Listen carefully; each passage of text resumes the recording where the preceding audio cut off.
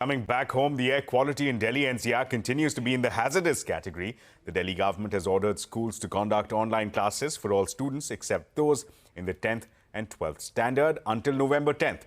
Environment Minister Gopal Rai has also announced that the odd-even rule for private vehicles will be implemented from November 13th to 20th.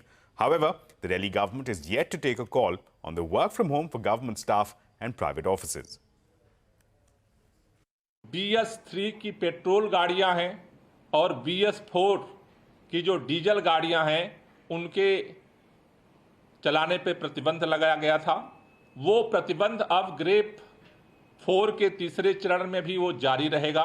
आवश्यक सेवाएं प्रदान करने वाली जो गाड़ियां हैं उनमें LNG, CNG इलेक्ट्रिक ट्रकों को छोड़ करके बाकी ट्रकों पर प्रवेश बैन कर दिया गया है दिल्ली के अंदर। अब दिल्ली के अंदर किसी तरह की कंस्ट्रक्शन डिमोलिशन गतिविधि को छूट नहीं है। Well, amid the rise in air pollution in the national capital, the Delhi government has decided to implement the odd and even scheme between November 13th and November 28th.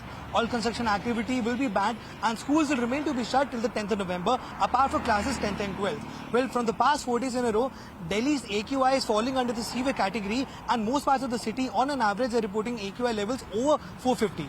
Well, the Center for Air Quality Management also implemented GRAP 4 level restrictions in Delhi, according to which entry of trucks into the city will be prohibited, apart from those that are carrying essential commodities or those trucks that are running on fuel like CNG or other alternative fuels.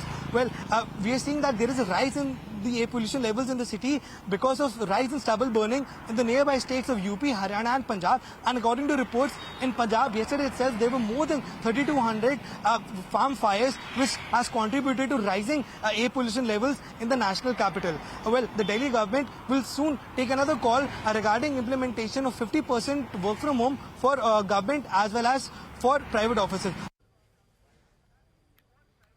Well, staying with air quality.